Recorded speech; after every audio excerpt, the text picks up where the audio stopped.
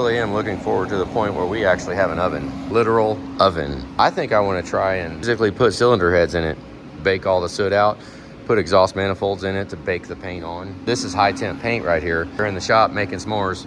It needs brakes on it. I haven't decided if I'm gonna go ahead and drop the cab or if we're gonna work on the fenders with the cab off. I like these things though.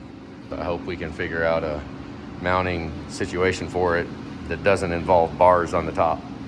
I'd like to mount it from the bottom down here. Some angle iron or square tubing or something, because it needs to be freaking strong. Ideally, if we mounted it to the U-bolt plate right there, I could put it really tight to the tires. If the fenders do not move with the frame, then they can be really close to it. I don't have to worry about sagging, squatting the truck, and then the fenders rubbing on the wheels. Not to mention, we got the head gasket issue that we're gonna really be testing, but we'll see, time will tell. I mean, if it's just head gaskets, then that's not, well, I say that, but then we're gonna have to repair the reason, so I won't be able to just go back and do head gaskets. There is a very good chance that I might, this is R&D world right here.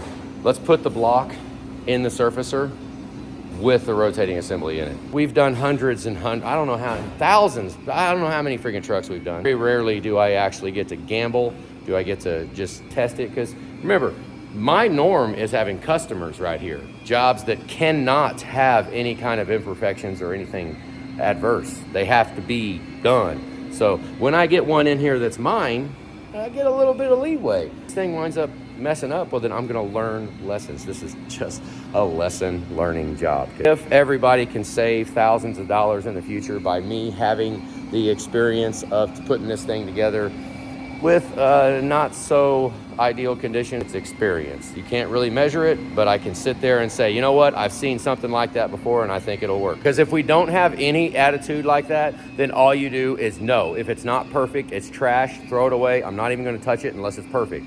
Well, that's all fine and dandy, but society can't handle that. And honestly, I can't handle it either. Every single job going through and doing everything, I need to have some jobs that go. Even this one isn't a job that's going real quick, because I complicate it because I want to do the hull inside of it too. And customer's truck, I would have been pushing to surface that. Basically, there's no way that I would want to warranty a customer's head gaskets if they look like this. I would not want to gamble.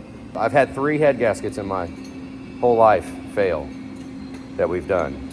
And I documented every single one of them. They're all here on YouTube. If that customer paid all the money to have everything done and we decided that on our own that we didn't want to do some of the work and then it comes back on us, the owner of the truck is far better informed and they can make their own decisions and assume the own liability on how much do they want to do.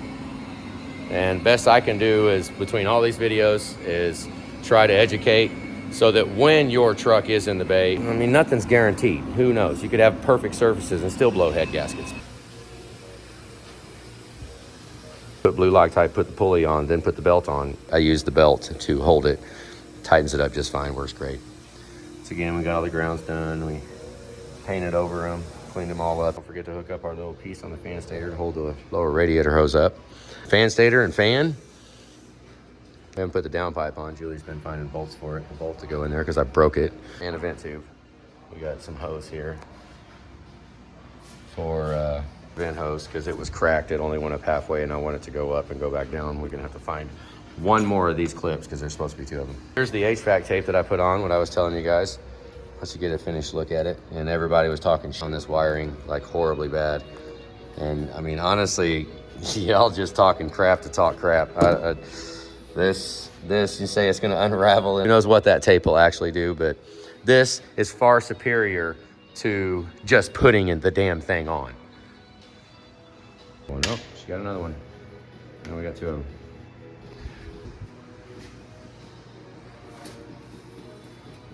I don't know what to say about this hose right here. If you position it right, it doesn't need anything right there. You can bend this line and manipulate it to go so it doesn't hit anything. Make sure you do that. You don't have to put this crap on there because it just adds another wear point. There's probably rub marks from this being on there. Reused thermostat, reused blue spring. We reused a lot of stuff. Reused coolant pump. Oil cooler. Injectors. Yep, turbo injectors. And I got a little deal on these injectors. Let's wait and see what happens. If we have any injector issues going on, then I will let you know. You're just gonna have to have it in a little suspense because what I did is risky. Very risky. Stock downpipe saves so much time in my life. I just like wedged that in a little bit. It had to wedge in to go, and it just wants to be there. Put it on there and it fits. Trying to do this job when somebody already has exhaust on the truck and it's already been tightened down and everything's been sitting for years where it's at. It's very, very hard to manipulate it to get it where I'm happy with it. Because most of the time, every now and then there is exhaust that comes in here that I'm happy with. It fits good and I put it right back. No big deal. But that is not the norm.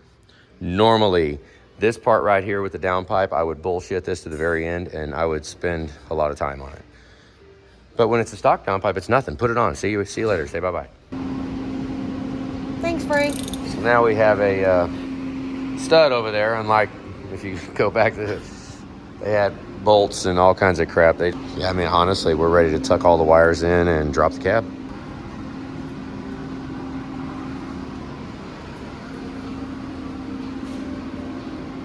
On the floor. Still on the floor. Still on the floor. Okay. This thing has an absolute issue with acceleration now. That on the floor was not impressive at all. Like at all. Here we go. Here, nothing. Here we go. I'm on the floor. On the floor. There you go. Now I hear an air leak too.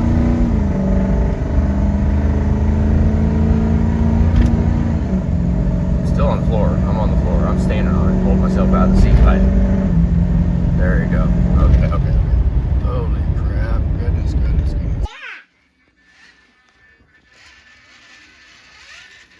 Hold the wheelie while you drive it around. Me too.